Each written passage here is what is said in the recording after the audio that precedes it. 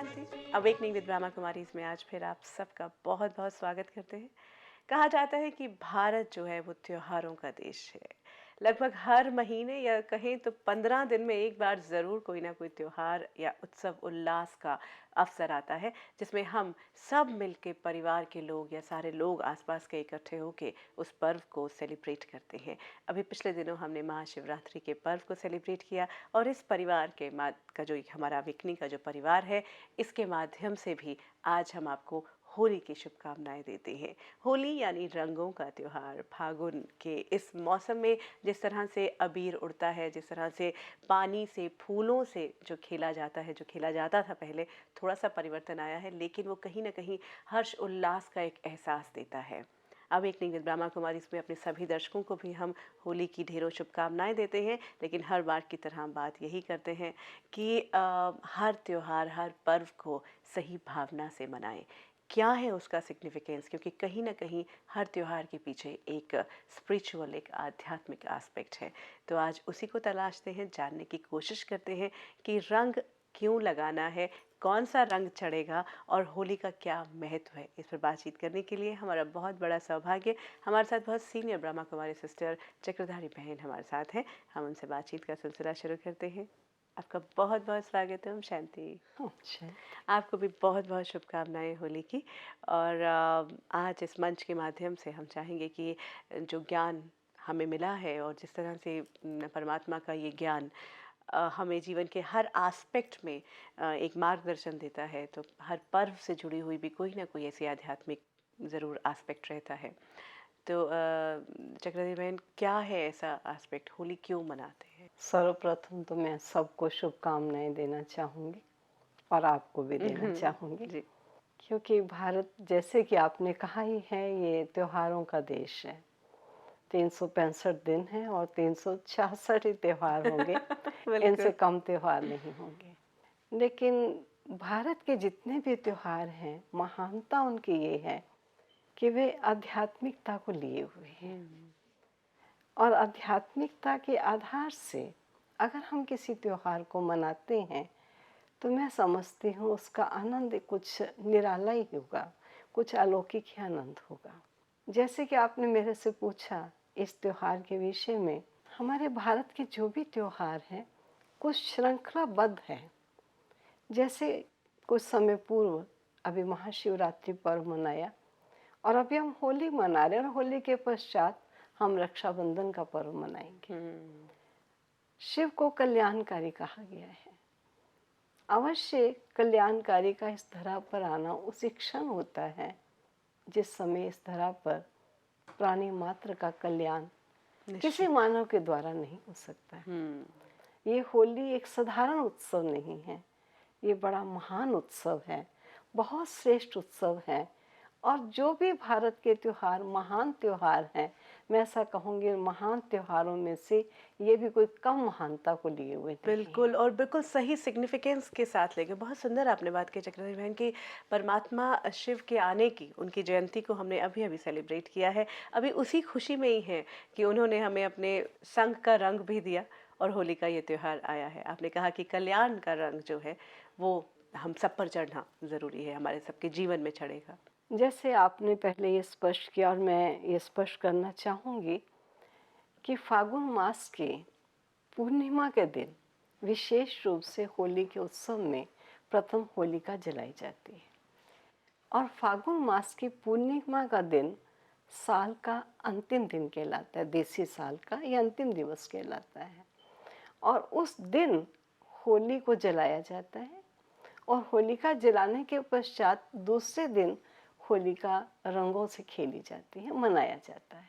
अब इस बात को जानने की बहुत आवश्यकता है कि पूर्णमासी के दिन विशेष रूप से फागुन मास में ही ये पर्व क्यों मनाया जाता है। क्योंकि जिस समय साल का अंतिम मास होता है और अंतिम मास का भी अंतिम समय, जब उसके पश्चात पुनः एक सुंदर सुनहरा दिवस आने वाला है, तो उसकी खुशियाँ मनाने का ही ये पर्व है।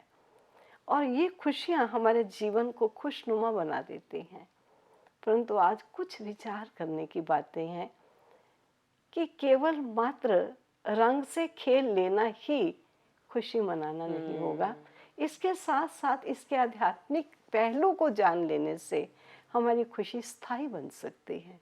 इसमें कोई संदेह नहीं कि होली के दिन कितना उल्लास होता है, कितनी खुशी खुशी एक दो पर रंग डालते हैं और रंग डलवाते हैं। खुशी खुशी हर प्रकार के रंगों की दुकानों पर जाएंगे, वैरायटी रंग परचेज करके लाएंगे और तैयारी करेंगे, होली है। लेकिन इस होली को मना लेने के बाद एक दिन की खुशी है, परंतु हम नहीं चाहेंगे कि कुछ भी चीज को मनाया जाए वो एक ही दिन चले। इस दिन को संवत जलाना भी कहते हैं।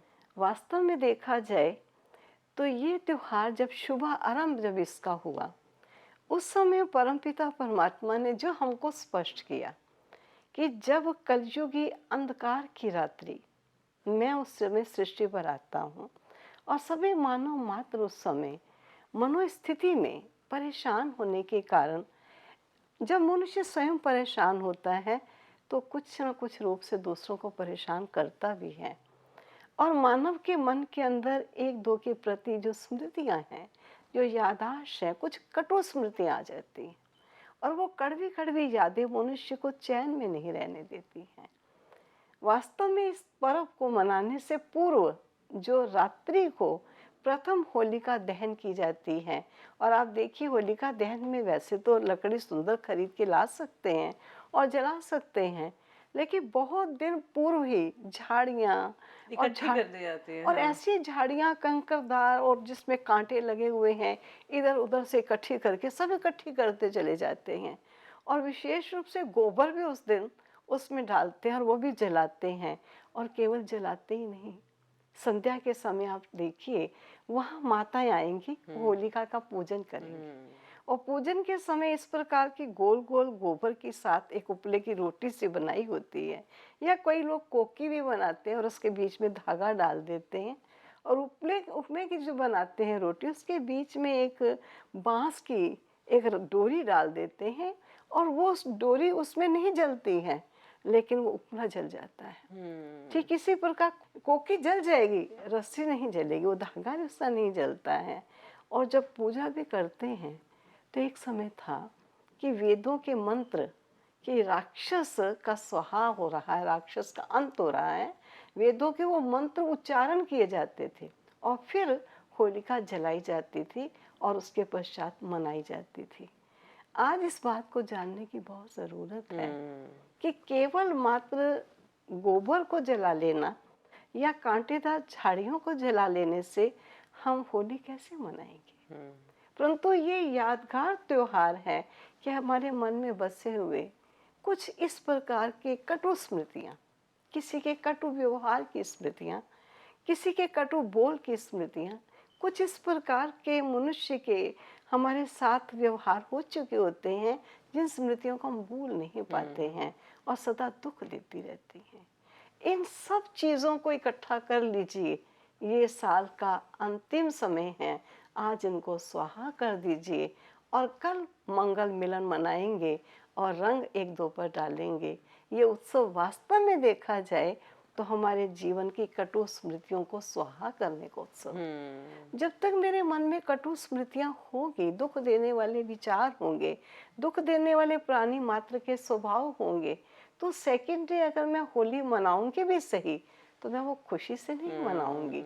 ठीक है, होली मनाते हैं, रंग एक दो को लगाते हैं और रंग लगा के गले मिलते हैं, लेकिन वो गले मिलना जब तक मनुष्य के अंदर से वो कटु स्मृतियाँ ना समाप्त हो जाएं, तक वो टेम्पोररी टाइम का गले मिलना है, सदा काल का गले मिलना नहीं। बिल्कुल, भारतीय पद्धति में ये कहा जाता है कि ये year ends and the new year begins इस होली पे ही।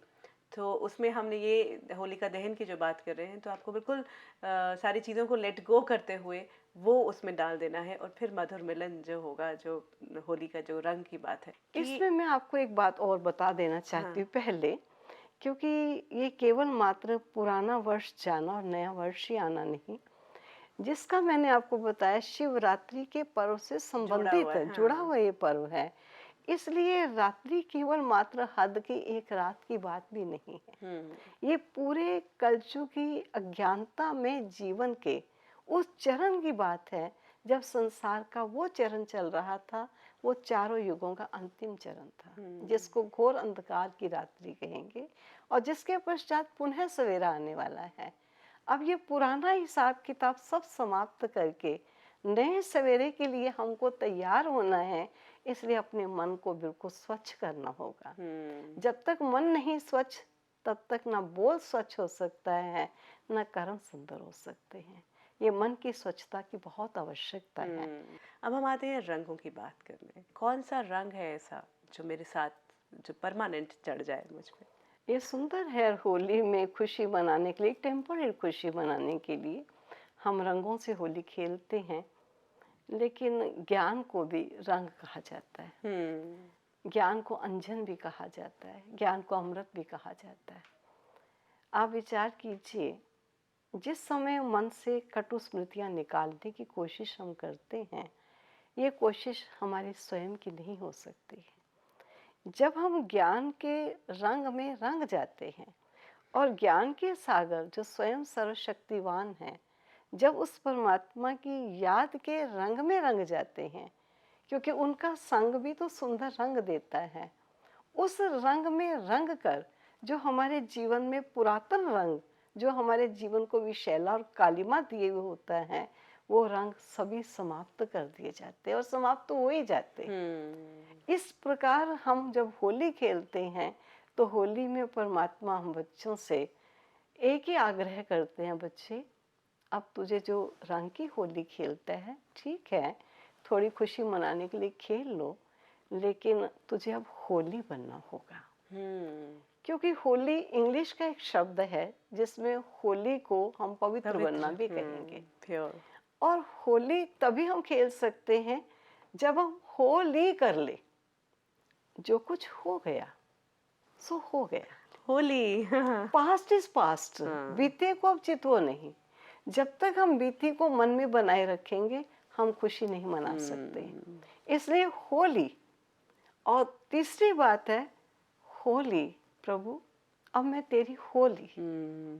जब मैं उसकी होली, तो फिर आत्मा की जो ज्ञान की चुनरी है, वो उसकी ज्ञान से, प्रभु के रंग से रंग जाती है। तो मैं ऐसा समझती हूँ, ये होली हमको रिमाइंड कराती है, हमको याद दिलाती है उस समय की जब परमात्मा ने अपने ज्ञान के और योग से हम बच्चों की आत्मा की चोली को रंग दिया था, और हमारे जीवन से कड़वाहट को समाप्त करके जीवन को सुगंधित और सदा खुशनुमा बना दिया। फिर भी इसका कुछ समय पूर्व बहुत सुंदर रूप था। गुलाब के फूल या केवड़े के फूल, इस प्रकार के फूलों से ही होली खेली जाती थी, और उन्हीं के रंग बाल्टी में भर के एक दो को डाले जाते थे। बहुत सुंदर सुगंधित होती थी। ये भी यादगार है, क्योंकि परमात्मा का जो याद है, जो ईश्वर का ज्ञान है, वो ऐसे रंग है जो रंग सदा जीवन को सुगंध देते हैं। और आज वो समय आ चुका है कि वो सुगंध फूलों की तो एक तरफ रही, लेकिन कई बार हम कुछ इस प्रकार के ऐसी चीज़ों को रंग बना लेते हैं जो सचमुच उतर भी नहीं पाता है। और दूसरा प्राणी ये समझता है कि कोई बदला लेने की क्या कोई इच्छा थी इनके मन में, जो ऐसा रोगन मेरे मुख पर लगा दिया जो कुछ दिन उतर नहीं पा रहा, और उसके लिए कई प्रकार के अन्य केमिकल्स का इस्तेमाल करके मुख से रंग उतारा जा रहा है। मैं समझती हूँ कि ये रंगों का त्योहार अवश्य है, लेकिन ईश्वरीय रंग के पश्चात खुशबूदार फूलों के रंग शुरू हुए, और आज खुशबूदार फूलों के रंग भी समाप्त होकर के ऐसे ही फूल, ऐसा ही रंग शुरू हो गया जो रंग केवल रंग देता है। मुझे याद है कि कोई रंग नहीं लगवाना चाहता, तो कहते भी केवल मस्तक में तिलक तो लगवा लीजिए। क्योंकि परमात्मा जब आते हैं तो हमको अपने रंग में रंगते हैं, और वो रंग है उनका योग और उनका ज्ञान। इसलिए सबसे पहले वो रंग हमें देते हैं कि इस देह में नाशवान ये शरीर नश्वर है, अनश्वर शक्ति आत्मा है। चलो ज़्यादा रंग नहीं चाहते, ज़्यादा रंग नहीं लगवा सकते, तो कम से कम एक तिलक तो लगवा लीजिए। ये तो याद कर लीजिए कि हम सब आत्मा हैं, और आत्मिक रूप में हमारा कितना समीप संबंध है। हम एक दो के भाई भाई हैं, क्योंकि हम सब एक रचता की रचना है, और जब आपसी संबंधों में समीपता होती है तो कटुता समाप्त सी हो जाती है। और जितनी समीपता होती है उतना एक दो के प्रति प्यार का भी आदान प्रदान हो सकता है। तो परमात्मा ने हम बच्चों को ऐसा रंग लगाया। आज तो हम देखते हैं, कई बार ऐसा भी मैंने कुछ जगह देखा कि कोई सिर पर पगड़ी डाले जा रहे थे, टोपी डाले जा रहे थे, बच्चों ने ऊपर से एक धागे के साथ एक सुई लगाई हुई थी और जो नीचे से निकलता था उनकी पगड़ी और उनकी टोपी उतार रहता था, जो कि ये वास्तविकता नहीं है। उस समय वो बड़े बुजुर्गों को ये टोपी पहने हुए मनुष्य को खुशी नहीं होती थी। तो जैसे त्योहार एक उमंग का त्योहार होता है, उल्लास का त्योहार, खुशी का त्योहार है, उसे खुशी से मनाएं। लेकिन जब प्राणी अर्थ नहीं जानता है तो भिन्न भिन्न रूपों से वो इस चीज को मनाता है। आप सोचिए, सिल्वर पेंट लगाना या काला पेंट लगाना ये कोई स्नेह की निशानी नहीं, उन्हें भी एक्चुअली मालूम है। मुझे लगता है चक्रधारी बहन, क्योंकि अब खालीपन इतना है अंदर, उसको भरने का प्रयास किसी भी तरह से करके, कुछ भी करके जो है हम उसको भरने का प्रयास करें कि चलिए एक आया है ओकेजन तो हम सब कुछ, वो जो सारी नेगेटिविटी कहीं ना कहीं बाहर निकलने लगती है। तो आज अपने खेलने के जो हमारा जो होली खेल भी रहे हैं उसको देखना हमें पड़ेगा कि हम किस तरह से खेल रहे हैं, हमें बता देगा कि हमारे अंदर की नेगेटिविटी बाहर आ रही है या हम प्यार से और पॉजिटिविटी से भरे हुए हैं। क्योंकि इसके अंदर देखिए, आप होली के अंदर जलाना भी होता है, मनाना भी होता है, खाना भी होता है। और कई स्थानों पर शाम के समय कुछ देवताओं के स्वांग झांकियां भी निकालते हैं। असल में देखा जाए, पहला है जलाना, वो है कटु स्मृतियों को जलाना। दूसरा है मनाना, एक दो के साथ जो हमारी अनबन हो चुकी होती है, ना बोल हो चुका होता है, एक दो से बातचीत कई बार करना बंद कर दिया जाता है, लेकिन कोई बात नहीं, जो हो गया सो हो गया। और कोई जानबूझकर नहीं करता, कई बार मिसअंडरस्टैंडिंग भी होती है और कई बार कोई मनुष्य अपने स्वभाव और संस्कार के वशीभूत भी होता है। वैसे भी नाम है वशीभूत, किसी भूत के वश हो गया। भूत क्या है? यही वासना, यही क्रोध, यही अहंकार, यही तो भूत है। तो उसके वशीभूत होकर चलो कुछ कर भी लिया है तो इन सब चीजों को भुला दीजिए। भुलाकर अब एक दो को ऐसा रंग लगाइए, जो रंग हमारे संग, ईश्वर के संग का रंग अगर मुझे लग जाएगा तो मैं वो संग का रंग आपको लगाए बिना रह नहीं सकूंगी, तभी मुझे खुशी आएगी। रंग पहले स्वयं लगाते हैं, फिर चल पड़ते हैं घर से बाहर, कहते हैं चलो अब सबको रंग कराते हैं और सबको रंगने के लिए जाते हैं। और उसके पश्चात, रंग के पश्चात शाम का समय होता है, विशेष रूप से वो एक सभा भी करते हैं कई बार, और परिवारों में भी आपस में मंगल मिलन होता है। एक दो के यहाँ जाते हैं, खाते पीते हैं, बड़ा खुशी का समय होता है। लेकिन आज वो आंतरिक खुशी नहीं रही। कई स्थानों पर ऐसे समय पर जब सब आपस में इकट्ठे होते हैं तो भांग के पकोड़े ऐसी चीज बनाकर खिला देते हैं, जो बेचारा खाने वाला घूमता फिरता ऐसी हालत में गिरता पटकता रहता है। ये कोई वास्तविकता तो नहीं है। या कोई शराब पी लेते हैं, अब ये कोई नशा तो नहीं है। होली का मतलब ही है ऐसा, होली ऐसा पावन पर्व है ये, जो हमें खुशी दिलाए, हमको एक दो से गले मिलाए, हम एक दो के साथ मिलजुल कर खाएं पिएं। और ना केवल खाएं पिएं, हमने पहले देखते थे, आजकल तो शायद कम ही दिखाई दे रहा है, शाम के समय देवताओं के स्वांग निकलते थे और बहुत सुंदर देवता रूप सजाए जाते थे और उनके यहाँ बल्ब चलता था। असल में ये वो हमारा भारत देश था जब यहाँ देवभूमि थी। प्रत्येक प्राणी यहाँ देवता ही कहलाता था और उनकी आत्म ज्योत सदा जगी हुई थी। ये पुरातन स्मृतियों को ताजगी देने के लिए उस समय इस प्रकार के स्वांग भी निकलते थे।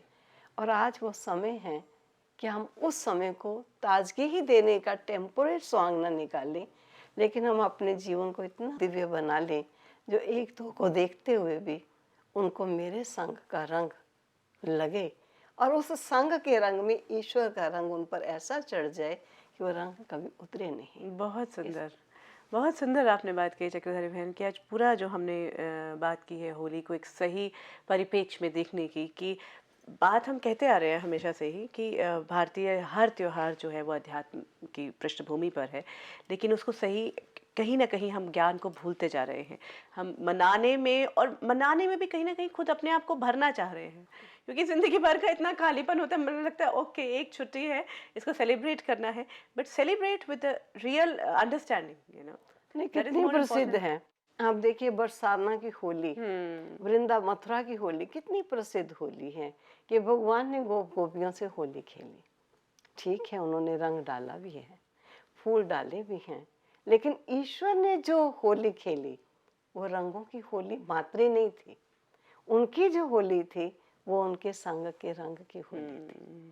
वो उनको जीवन की श्रेष्ठता देने की होली थी, ताकि आत्मा ऐसी होली बन जाए कि कभी भी उनके जीवन में दुख और अशांति ना आए। मैं आपको सुनाती हूँ, मैंने एक बार मथुरा में गई, मुझे बड़ा आश्चर्य हुआ देखकर ये क्या है।